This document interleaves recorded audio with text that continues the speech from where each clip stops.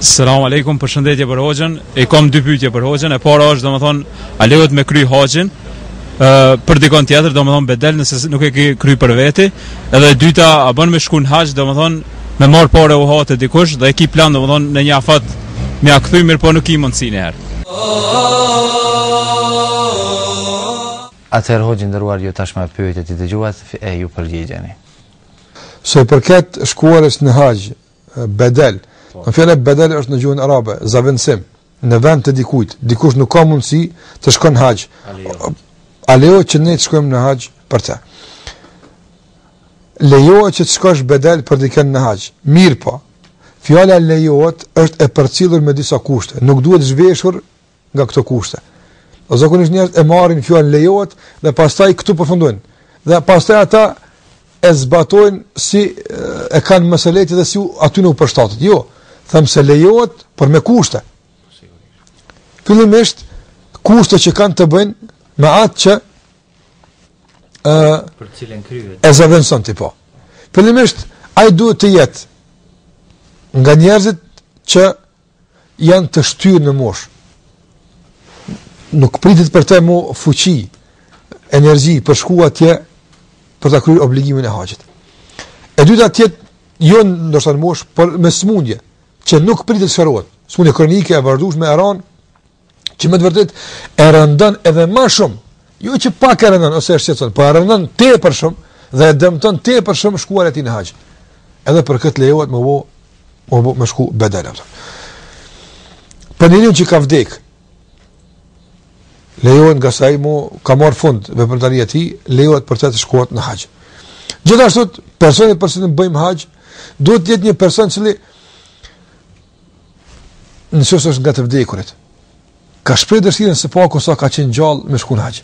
Se ka pas mundësit, ka pas qef, apo tash neve na e bën mundësi të shkojmë në haxh. E po njëri që s'ka shpreh dëshirë kur me shku në haxh, madje me kon sot gjallë, më pagu nuk shkon. Thotë jo më i harxoj dikon tjetër. Për këtë nuk bëhet haxh. Ka se si ke mundësi t'ja imponosh dhunshëm dikujt një adhurim, merr atë baje në stracën e veprave tuaja kur ai s'ka dosh me bëj haxh. Një që s'ka besuar në Zot, sa ka qenë gjallë, ka qenë komunist, ka mohu Allahun azhjela, s'ka pejgamber, s'ka Kur'an, por e kemi të afër, kemi çfarë të bëjmë haxhin. Për këtë nuk bëhet haxh. Atë duhet të kemi parasysh që haxhi është mirë, se është një vallë përfitimi, ta paguajnë të afërmit e tij haxhin, është një mundësi për ty me shku atje, kështu me radhë, mirë po do të pas kujdes dhe frikë Allahun azhjel se për kënd po bën haxh. Për kënd po bën haxh. Nëse ka qenë besimtar, ka pas dëshirë, ka pas mungesa në veprim, diçka për obligim ka kryer, po diçka s'ka kryer, ka pas mungesa, po për këtë punë. Nuk kërkohet me kon në kulmin e dëshmërisë. Me pas paku me qenë mesatare. Me pas një argument nga jeta e tij që spaku ka qenë besimtar, ka besuar në Allah, ka pas shef, gëzohet nëse e lajmërohet se ish bëj haxhi. Kjo po, por nëse për tjetër nuk ka kuptim me bëj haxh. Kjo është përket atij që shkohet për të. Nëse ai që shkon haxh, kurzohet që ta ketë kryer fillimisht haxhin për veti. Do të nuk lejohet me shku në haxh për ndo kënd para se ta kryesh haxhin për veten tënde. Andaj çdo kush nga ne ka obligim që ta kryen haxhin që në Islam quhet haxhi i Islamit, haxhi i fesë Islamit. Do ky është haxhi i parë që njeriu e bën. Ky është kryerja e obligimit. Haxhi është obligativ një herë në jetë. Një herë në jetë e kryen haxhin, kryet obligimi. Pastaj po të erën mundësit edhe të shtu pasuria milionëshe, nuk i ke obligon me shku. Do me shku, shkan. Nuk do me shku, nuk i kur fargjinoj. Nga se ke kry obligimin tënd ndaj haxhit. Andaj nëse e kryen haxhin për veti, lejohet me shku për tjerë. Nuk e kryen për veti, nuk ban me shku për tjerë. Nuk lejohet me shku për tjerë. Derisa ta krysh për vete. Nëse përket pyetjes së dytë, a lejohet me marr parë borx për shku në haxh, mund të them kështu. Fillimisht për të shku në haxh, për të bërë haxhi obligativ, për dikën duhet të plotësohet kushti i mundësisë. Kushti i mundësisë. Dhe ky kusht i mundësisë nën kupton dy lloje të mundësisë. Don kushti i mundësisë nën kupton dy lloje të mundësisë. Mundësia e parë materiale. Do të ketë njëri parë që shkon haxh duke mos e dëmtuar buxhetin familjar. Për shembull, nuk kërkohet me shkon haxh e me lën familjen unë. Jo, por jo me luks. Dikush mendon se duhet gjitha lukset me i përmbyll e pastaj çka të bën për haxh, jo kështu. Por jo në ekstrem, të dy ekstremet janë të refuzuara.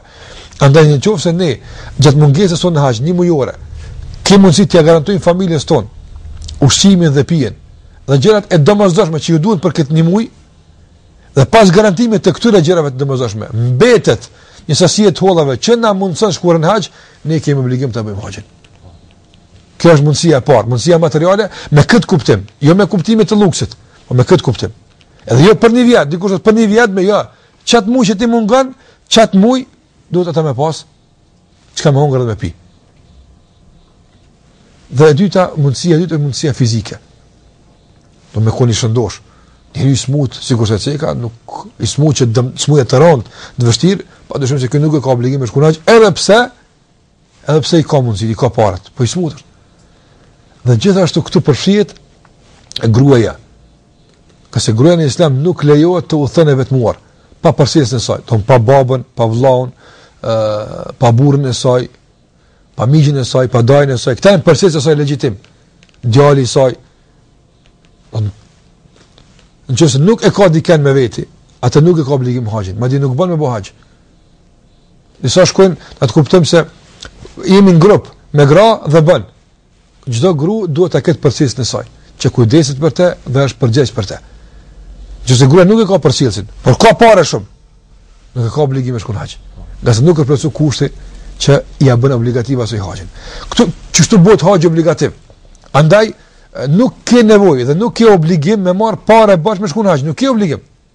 Por se njëri po ka dëshirë dhe e din se i kthen, nuk ngarkohet me bashkë, lejohet. Por ky bashkë pas kujdes mos me kon kredi në bank. Se nëse ne ke kuptoj marrin kredi në bank me shkon haxh. Ato ai kredia në bank është me kamat, nuk bën me hin haram të kamatës për me shkon haxh. Ndaluar është. Ja nuk bën kjo asasi, kjo është ndaluar rrepse nuk pranohet haxhi. Qase malli është haram. Është investim i kot. Dhe do të pas kujdes njeriu se për ka pa merr pasurinë. Ka mundësi me marr borx dhe e di se ka mundësi me kthy në afat të caktuar, sprish punë. O borx nuk e ka me marr borx, nuk ka obligim, po mori e lën borxhin para Allahut azhajal për adhurimin e haxhit, por jo ta ngarkon veten e vet. Disa të riun i vrej kanë qef me shkuën haxh. Sa më kietën përpara inshallah Allah të ka hap ymër, të pasuron Allahu punësosh kështu më. Po kemë zhytar me shku, dhe çka bojnë pa punë, ende në studime, marrin parë borx. Pa kurrë perspektivë për t'i kthy. Kjo nuk është logjikshëm, nuk bën kështu me bëj. Ka se haxhi tek e punë është në adhurim që Zoti veç na ka obliguar ka para pa kushte. Atë pse ti anashkollim këto kushte me vetëm qëllim që ta kryjm haxhin. Jo, haxhi ka rregullat e veta, plotson kushtet, bëjmë haxh. Nuk plotson, nuk kemi përgjegjësi. Madje është një përgzim këtu që më të përmbylli këtë përgjigje se ai që ka pas dëshirë me shkon haxh, po s'ka pas mundësi. Për shkak të qëllimit të mirë, dhe të sinqert, do ta shpëlojë Allahu xhallahu për haxh, mos e ki gale. Se ka pas se me shku. Atë mos e ngarko vetëm me diçka që s'ki mundësi pastaj me e kthy. Për të sa shpërblesh me qëllim të sinqert.